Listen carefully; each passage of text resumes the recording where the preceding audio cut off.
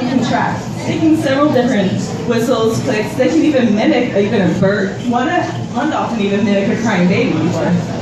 They even have a signature whistle. It's kind of like a tone of voice you imagine. The signature whistle acts as a name. So even though we name in the right window, Wei, and in the left window, Raja, they might have completely different names for one another. Was pointing in the right window at this little tiny dot. You're probably wondering, I have no idea what she's pointing at. Well, it's really hard to see. It's actually a pinhole, and all it is an ear. See, these dolphins have an inner ear, and we have an outer ear, right? They do that for streamlining purposes. Now, Raj over here is showing off a little bit, right?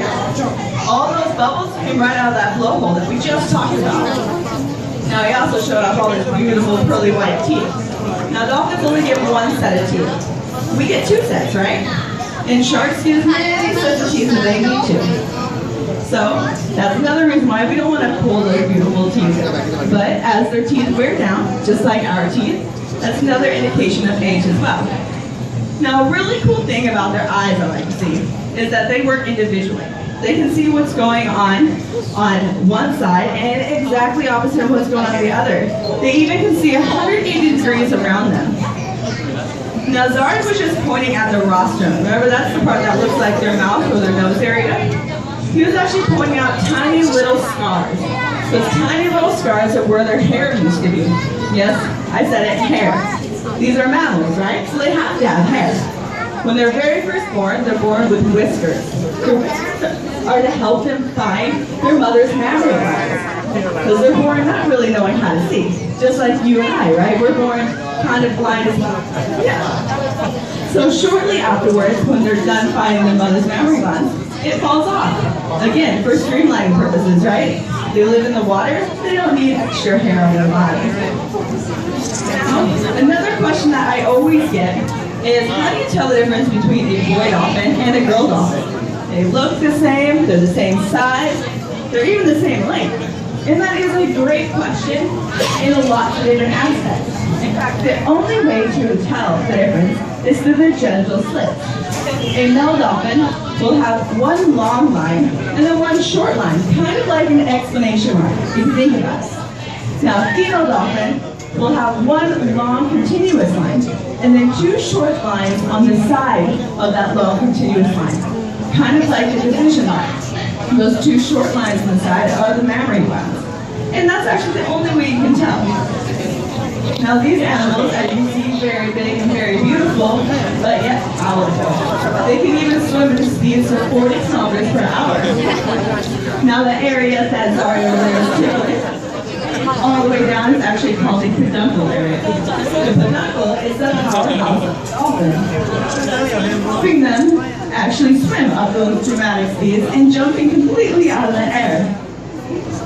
Now on the side are called pectoral fins. Those are for steering.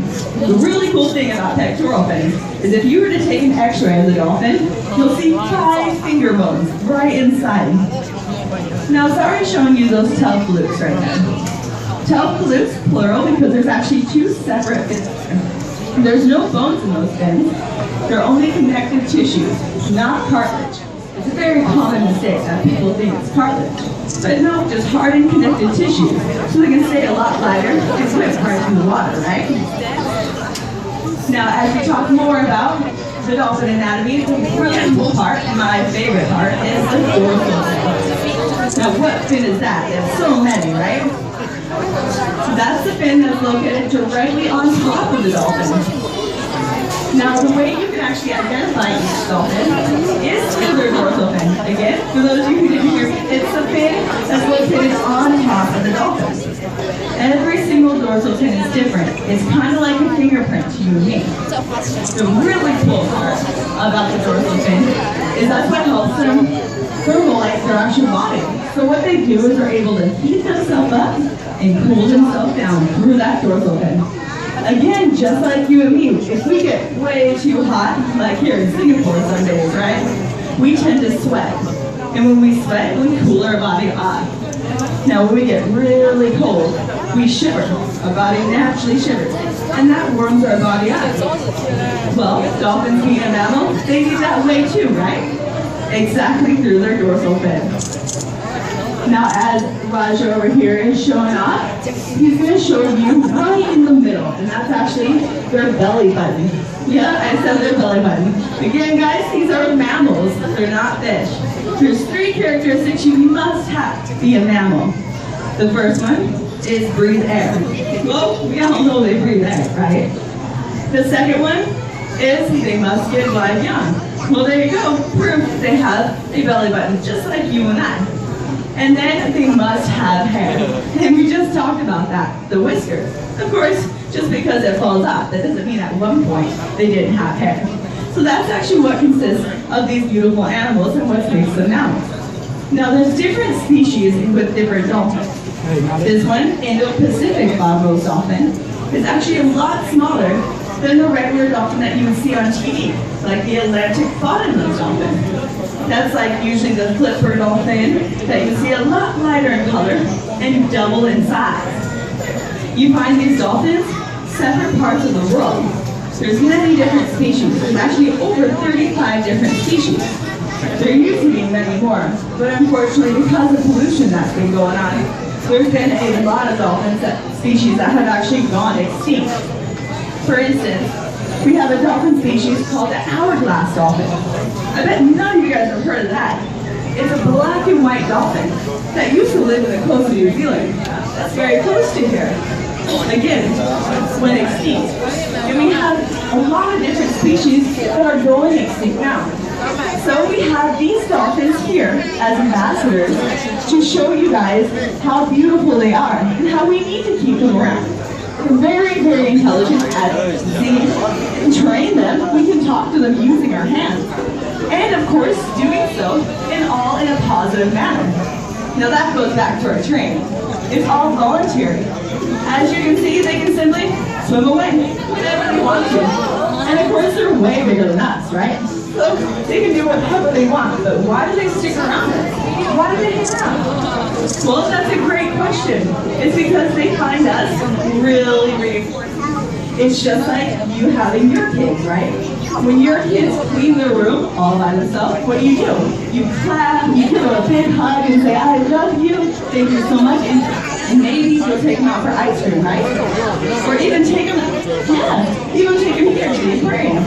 Well, that's what we do with our dolphins. So if our dolphins do something really cool, or even just go to the doctor for us and not throw a fit, of course, give them something that's really reinforcing, a toy.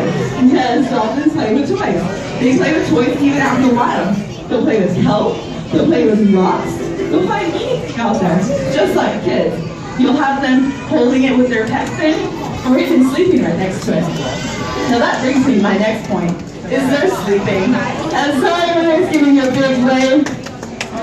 Yay, Zara, thank you so much.